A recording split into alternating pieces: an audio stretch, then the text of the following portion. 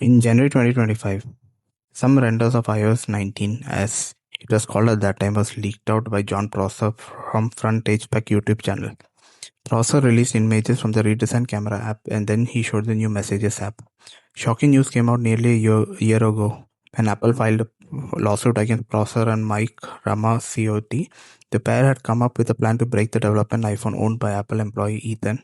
In his court filing submitted last year, Apple explained how Prosser was able to view confidential information. After obtaining Lipnik's iPhone passcode, Prosser and Ramacciotti found a period of time when Lipnik left his development iPhone unattended. Ramacciotti was paid by Prosser to help him, broke the iPhone, got the FaceTime call with Jon, and showed off iOS 19, now known as iOS 26, running on his device. Prosser recorded the FaceTime call and images from it and was used to create renders Prosser showed on Front Page Tech.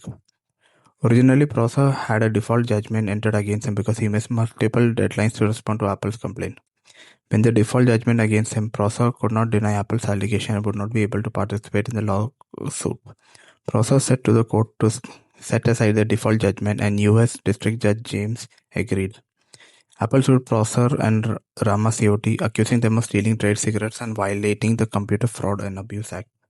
Ramacciotti responded quickly and turned over evidence as required to do so, on both sides exchanging information under the pre-trial discovery process. Jon Prosser but failed to respond to an answer to the complaint. He denied not taking the lawsuit seriously and claimed that since the start of the lawsuit, he has been in active communication with Apple.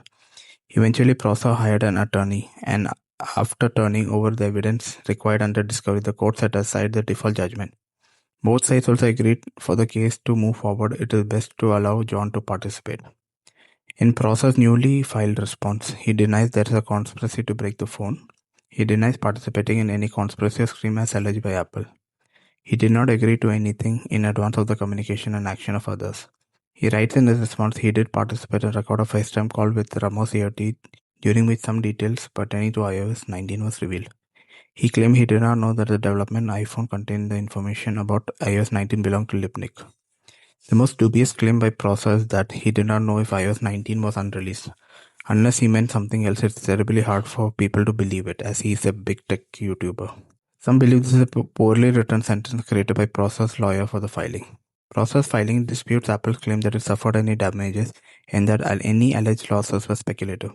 Prosser wants a court to dismiss a complaint with prejudice, meaning that if granted, Apple would not be able to file the same claims again. He asked for the attorney's fees cost and asked the trial judge to held all on the eligible issues.